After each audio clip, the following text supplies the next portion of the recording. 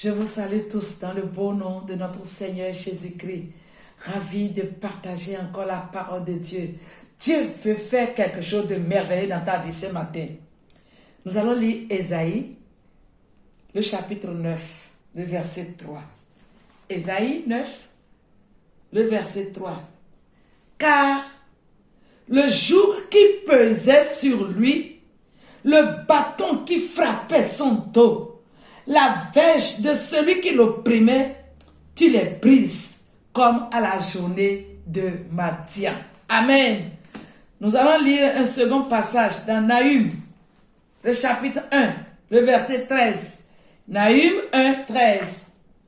Je briserai maintenant son joug de dessus toi. Amen. Et je romprai tes liens. Alléluia. Que ton joug soit brisé. Voilà ce sur quoi nous allons parler. Que ton joug soit brisé. Qu'est-ce qu'un joug? Quand on parle d'un joug, c'est un dispositif placé autour du cou d'un animal pour le contrôler et restreindre ses mouvements. Ainsi, on limite les actions de cet animal-là. C'est le joug qu'on met sur les bœufs pour les amener à travailler. C'est une forme d'assujettissement, d'asservissement.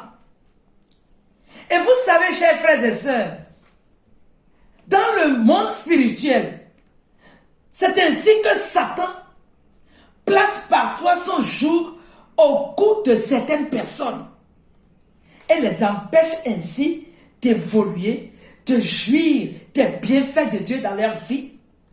Et ce matin, quel que soit le joug que Satan a placé sur ta vie, ce joug sera brisé au nom puissant de Jésus. Amen.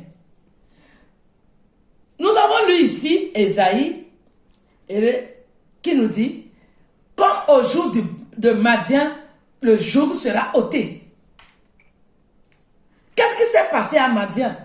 Et le prophète Ésaïe ici en parle. Nous trouvons cette histoire dans le livre de Juges, le chapitre 6. À cause de la désobéissance d'Israël, les Madianites ont fait souffrir Israël pendant 7 ans. Ils les ont oppressés. Et que se passait-il? Les Hébreux travaillaient dur, ils vont semer, mais ils ne pouvaient pas jouir de leur récolte. Lorsque le temps de la moisson arrive, vous pouvez lire le chapitre 6 de Juges. Au moment de la récolte, la Bible dit, les Madianites venaient en grand nombre comme des sauterelles. Pourquoi faire? Pour ravager tout. Ils ravagent toute la récolte. Israël a souffert pendant 7 ans. C'est ce qui fait que le jour où Dieu voulait appeler Gédéon pour libérer son peuple, la Bible dit, Gédéon était en train de vouloir cacher la récolte. Les Juifs étaient obligés de se cacher dans les cavernes, prendre leur... Ils étaient esclaves. Un grand joug pesait sur eux. Et Dieu a suscité Gédéon pour les délivrer. Et ce matin, par l'autorité de la parole de Dieu, je dis et je déclare que le joug que tu portes, le joug qui est sur toi, imposé par le diable, sera brisé, ôté de dessus toi et tu seras libéré. Amen, amen. Et quand quelqu'un est sous le joug de Satan, il est malheureux, triste. Et nous allons voir quelques exemples de joug. Il y a certains sur la vie desquels Satan a imposé le joug de la pauvreté. Et comment se manifeste ce joug? Ces personnes travaillent dur. Tu travailles, ils s'échinent, ils courent par-ci par-là, mais au finish, ils n'ont rien. Quelque chose vient souffrir dessus, rien. Absolument rien. Ils travaillent dur, mais ne gagnent rien. Dès qu'une petite somme entre dans leurs mains, bienvenue les problèmes. Les problèmes viennent de toutes parts et rapidement, on dirait comme la fumée, ça disparaît en même temps. C'est un joug de pauvreté. Et comme Israël a crié à Dieu en ce moment, à cause de l'oppression des Madianites, tu vas crier à Dieu ce matin pour dire au Seigneur, délivre-moi de ce joug de pauvreté et tu seras libéré. Les problèmes viennent, les difficultés viennent et tout disparaît. Que ce joug soit ôté de dessus toi au nom de Jésus-Christ. Il y a d'autres qui ont le joug conjugal. Des problèmes sans tête ni queue dans leur foyer. Et toujours c'est les conflits. L'homme et sa femme, impossible de s'entendre. Toujours ils sont à côté de tirer. C'est les querelles, c'est les bagarres. Parfois c'est les coups de poing.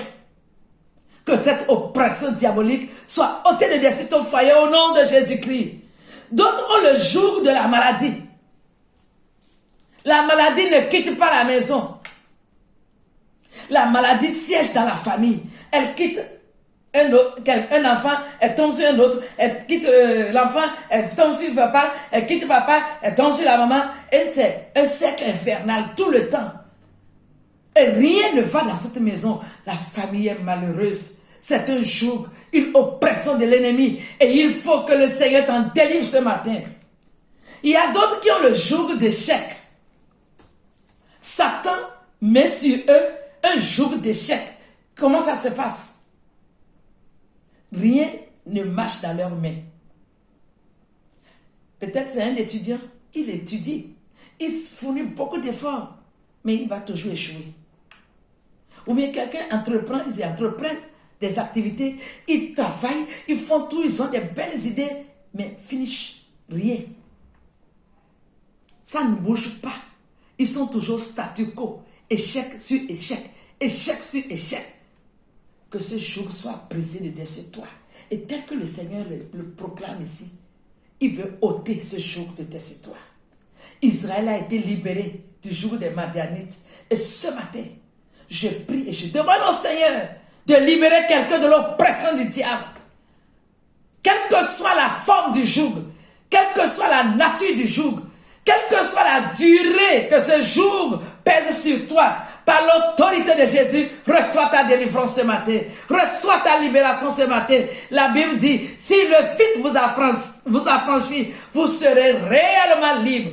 Et je proclame la liberté de quelqu'un, la délivrance d'une famille, la délivrance d'un individu, la délivrance de quelqu'un, que ce joug soit ôté de dessus toi, afin que tu jouisses des merveilles, des miracles, des bénédictions de Dieu dans ta vie. Qu'il en soit ainsi. Au nom de Jésus, nous avons prié. Amen, amen, amen. Shalom à vous.